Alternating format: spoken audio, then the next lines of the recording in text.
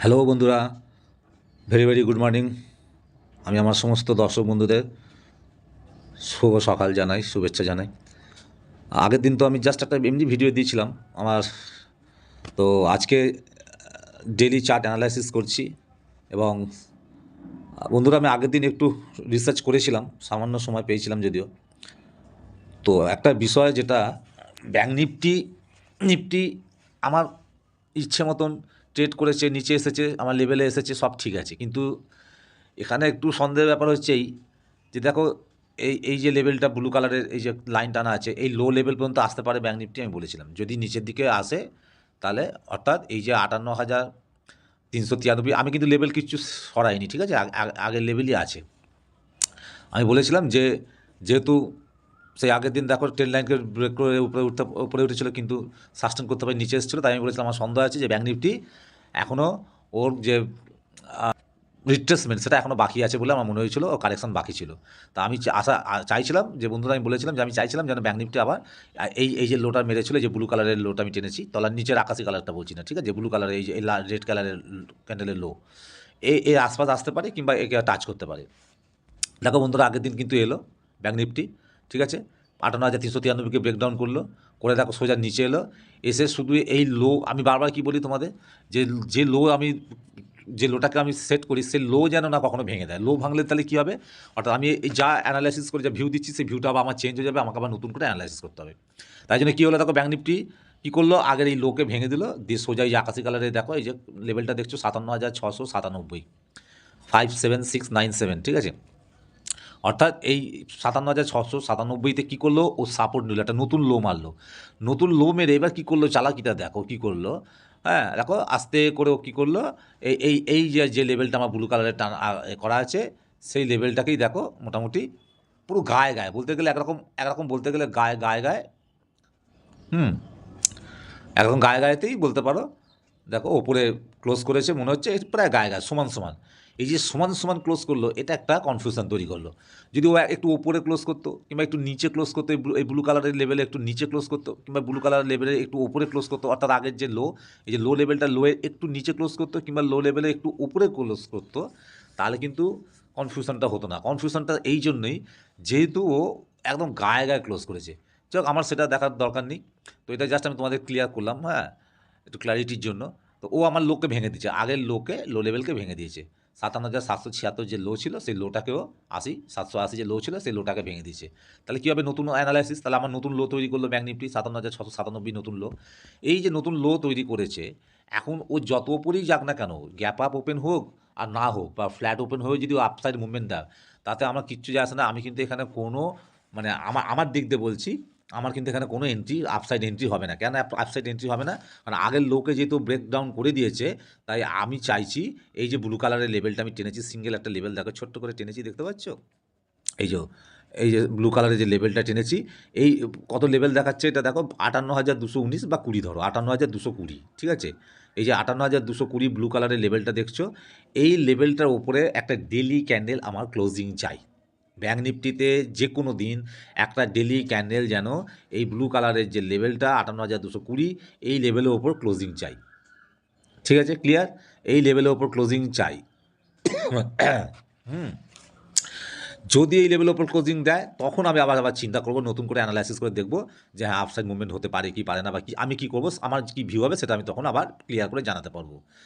আর ধরো হ্যাঁ, বড় সড়ো গ্যাপ আপ ওপেন হয়ে গেল, হতেই পারে গ্যাপ আপ ওপেন।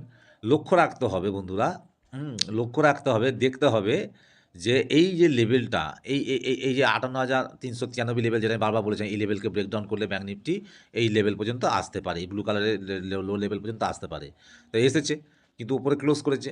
তাই যদি গ্যাপ আপ মারে, ওই যে বারবার ওই জন্যই বলছি যে এই লেভেলের উপর একটা ক্যান্ডেল যতক্ষণ না ক্লোজ করছে আমি কনফার্ম হতে পারবো না কী হতে পারে, ঠিক আছে। তাই আর এর আগে আমার ব্যাঙ্ক নিফটিটা কিছু সেই হিসেবে কিছু বলার নেই, হ্যাঁ। আর এই যে ট্রেন লাইনটা দেখেছো, যে ট্রেন লাইনটা একেবারে সেই ইয়ের লসমো দেখার মতো, দেখেছো, এই ট্রেন লাইনকে কিছুতেই পার করতে পারছে না, পার করলেও সাস্টেন্ড হতে পারছে না। এই ট্রেন লাইনটা কিন্তু আমি সরাইনি, যেভাবে আছে সেভাবেই রেখে দিয়েছি। কারণ এই ট্রেন লাইনটা ততক্ষণ পর্যন্ত থাকবে যতক্ষণ না এই ট্রেন লাইনের ওপরে গিয়েও একটা ক্লোজিং হয়, ঠিক আছে। গ্যাপটা যেহেতু অনেক বড় হয়ে গেল ট্রেন লাইন থেকে নিচে, তা অনেকটা খেলার জায়গা, অনেক বড় মাঠ পাওয়া গেছে। তাই এখানে ছোটো ছোটো ইন্টারডে খেলা খেলা যেতে পারে। কিন্তু বড় বড় খেলা খেলতে গেলে সবার প্রথমে আমি বলবো এই ব্লু কালারের যে লেভেলটা আমি দেখালাম এই যে 58,220 এই লেভেলের উপরে একটা ডেলি ক্যান্ডেল ক্লোজ চাই। আবার এর উপরে তারপরে কি হতে পারে সেটাও আমি বলে দেবো।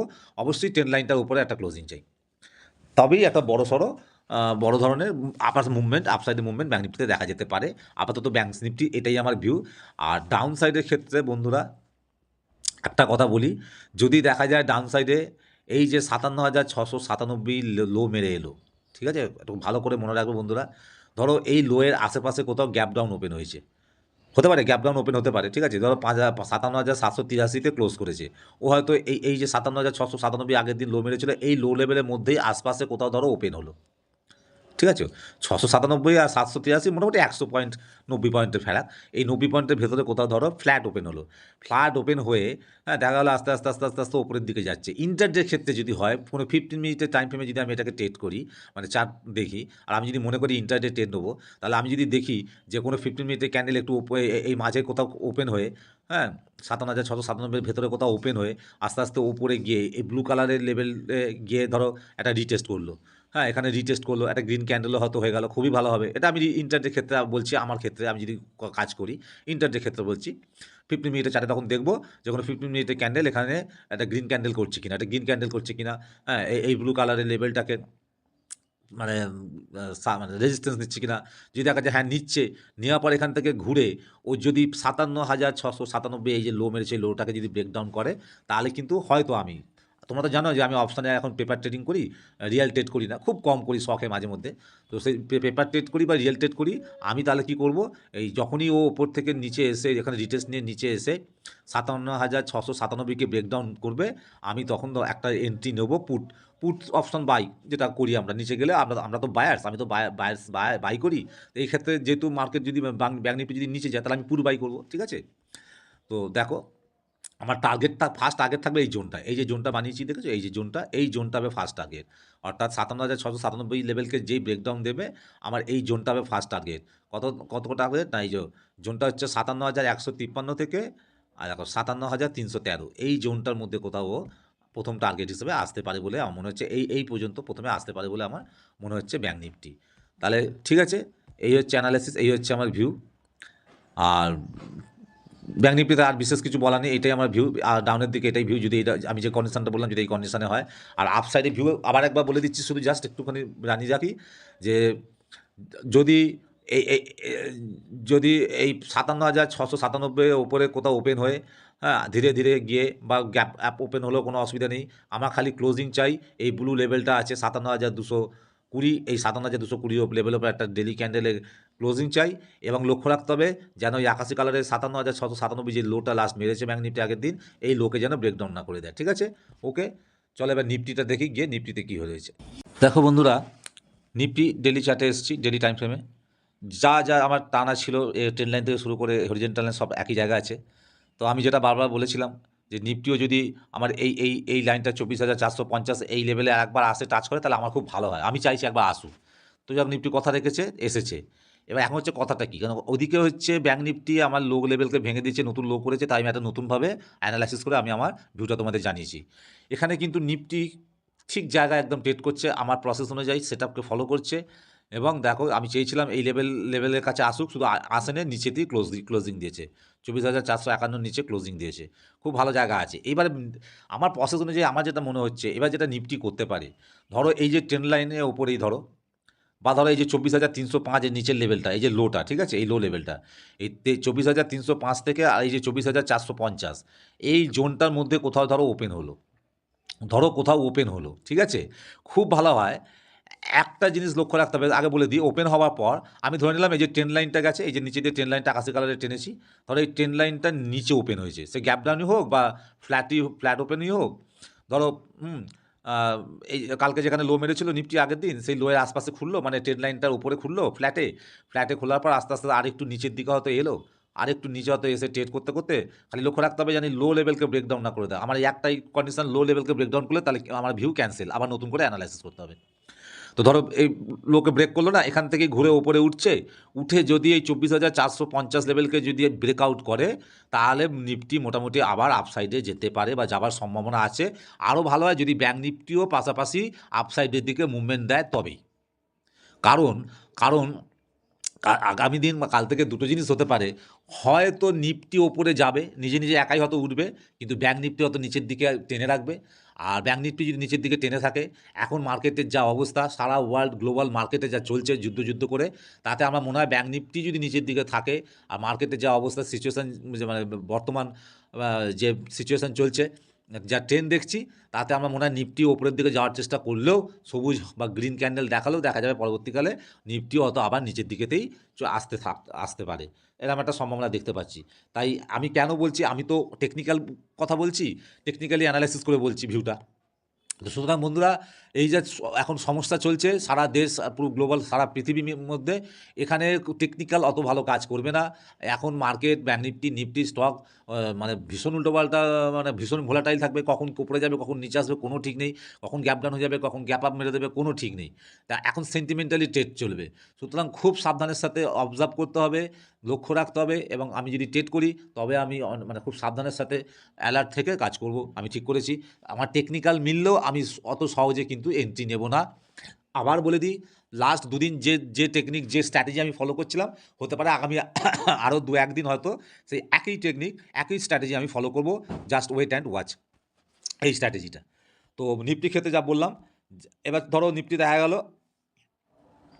ওপরেই ফ্ল্যাট খুলেছে, খুলে ট্রেন লাইনকে সাপোর্ট নিচ্ছে, এই ট্রেন লাইনের নিচে আর এলো না, ঠিক আছে, ট্রেন লাইনটা নিচে, এই যে মধ্যখানে ট্রেন লাইনটা দেখছো, এই ট্রেন লাইনের নিচে আর এলো না, এই ট্রেন লাইনটাকে সাপোর্ট নিয়ে আস্তে আস্তে ওপরে উঠছে, ওপরে উঠে যেমনি 24,450কে ব্রেকআউট দেবে না, একটা ভালো মুভমেন্ট দেখা যেতে পারে।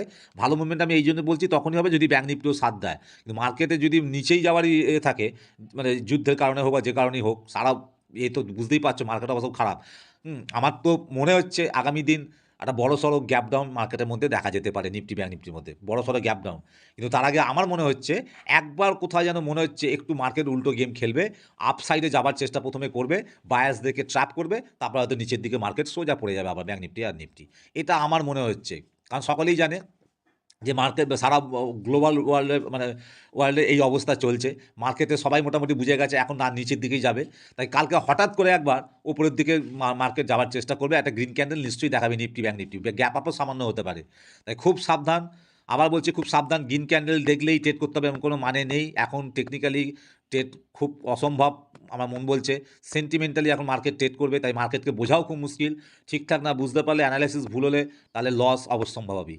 তো যাই হোক, লস করার থেকে চুপচাপ বসে বসে ওয়েট অ্যান্ড ওয়াচ স্ট্র্যাটেজি পালন করে যদি শেখা যায় কিছু, শেখাটা অনেক বেটার, তাতে ক্যাপিটাল বাঁচবে এবং অনেক কিছু শেখা যাবে। তো এই হচ্ছে ব্যাপার, মাথায় রাখতে হবে। তাই যদি, যদিও আমি যে কন্ডিশনগুলো বললাম এই কন্ডিশনে হয়, রিস্ক নেওয়া যায় অনলি ফর ইন্টারডে, মানে ইন্টারডের জন্য কিছু সামান্য প্রফিট হচ্ছে দেখে আমি হয়তো বেরিয়ে যাবো, ঠিক আছে, আমি বেশিক্ষণ থাকবো না ধরে। কিন্তু ডেলি চার্ট হিসেবে আমার মনে হচ্ছে আমি এখন আরও 1-2 দিন কোনো রিস্ক নেব না, কারণ ক্যাপিটাল ইজ ক্যাপিটাল, ক্যাপিটাল অনেক কষ্টে জোগাড় করতে হয়, এবার সেই ক্যাপিটালটাকে আমি জেনে বুঝে মার্কেটে এরকম সিচুয়েশান জেনেও আমি নষ্ট করতে চাই না বন্ধুরা। আমি তাই হতে পারে আগামী 2 দিন হয়তো wait and watch strategy follow করব। তো এই সামান্য কথা, আর কিচ্ছু বলার নেই। এখন দেখার সবথেকে বড় কথা, আগের সেই এই যে লো যে গত মাসে মেরেছিল, এই যে ক্লোজিং দিয়েছিল দেখছো, এই যে ব্লু কালার 25,177, এই ক্লোজিংটার ওপরে যতক্ষণ না নিফটি যেতে পারছে বাজার, ততক্ষণ পর্যন্ত কোনো ভরসা নেই কী হবে। ওকে, তো চলো আজকে আর শুধু বাড়ালাম না, সেরকম কিছু বলবার নেই, তাই জন্য আমি ভিডিওটা বড় করছি না। আর বন্ধুরা, এটা আমার কোনো রেকমেন্ডেশন না, আমি নিজে শিখছি কী করছি সেটাই তোমাদের কাছে আমি তুলে ধরছি, ভিডিওর মাধ্যমে এই কন্টেন্ট তৈরি করছি। সো প্লিজ তোমাদের যদি ভালো লাগে অবশ্যই ভিডিওটা একটা লাইক দিও, আর যারা নতুন দেখছো তাদের রিকোয়েস্ট করবো চ্যানেলটাকে অবশ্যই সাবস্ক্রাইব করে রেখো। আর আমার ভিডিওটা দেখার জন্য তোমাদের অনেক অনেক ধন্যবাদ। আর আমি চাইবো তোমরা কমেন্ট করে জানাও, একে অপরের সঙ্গে কমেন্টের মাধ্যমে যোগাযোগটা থাকলে তাহলে একে অপরের থেকে অনেক কিছু শেখাও যেতে পারে। ওকে চলো, আজকের মতো ভিডিওটা এখানেই শেষ করছি, সকলকে জানাই অনেক অনেক ধন্যবাদ।